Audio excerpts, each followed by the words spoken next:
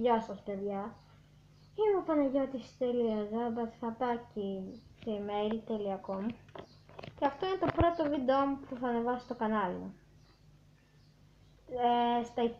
Στα επόμενα βίντεο που θα κάνω, μάλλον θα παίζω ένα παιχνίδι, παίζω παιχνίδια. Αλλά σε αυτό που θα κάνω τώρα δεν θα παίζω παιχνίδια, γιατί θα είναι το πρώτο βίντεο μου. Λοιπόν,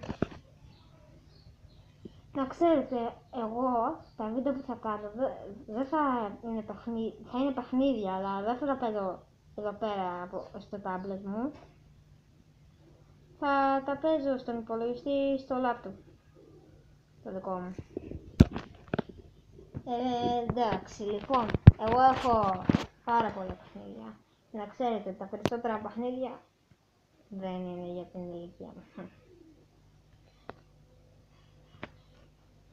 Λοιπόν, εγώ τα παιχνίδια που θα παίξω στα επόμενα βίντεο μου θα είναι από το Steam. Όποιοι δεν το ξέρετε, το Steam είναι ένα πρόγραμμα που έχει πολλά παιχνίδια και τα κατεβάζει. Διάφορα παιχνίδια με λεφτά ή χωρίς λεφτά. Εγώ έχω πολλά και με λεφτά και κάποια χωρίς λεφτά, αλλά τα περισσότερα είναι με λεφτά. Αυτά που είναι με λεφτά είναι λίγο πιο μεγάλα, πιο καλύτερα από αυτά που είναι χωρίς λεφτά. Έχει και βέβαια.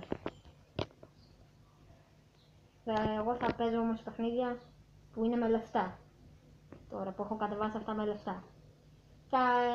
Και μάλλον στα τελευταία βίντεο που θα κάνω θα παίζω τα παιχνίδια που είναι χωρίς λεφτά που έχω κατεβάσει από το Steam. Θα δείτε πως είναι το Steam στο επόμενο βίντεο που θα κάνω. Λοιπόν, αυτό ήταν το πρώτο βίντεο μου από τον Παναγιώτη.Ζάμπα.gmail.com.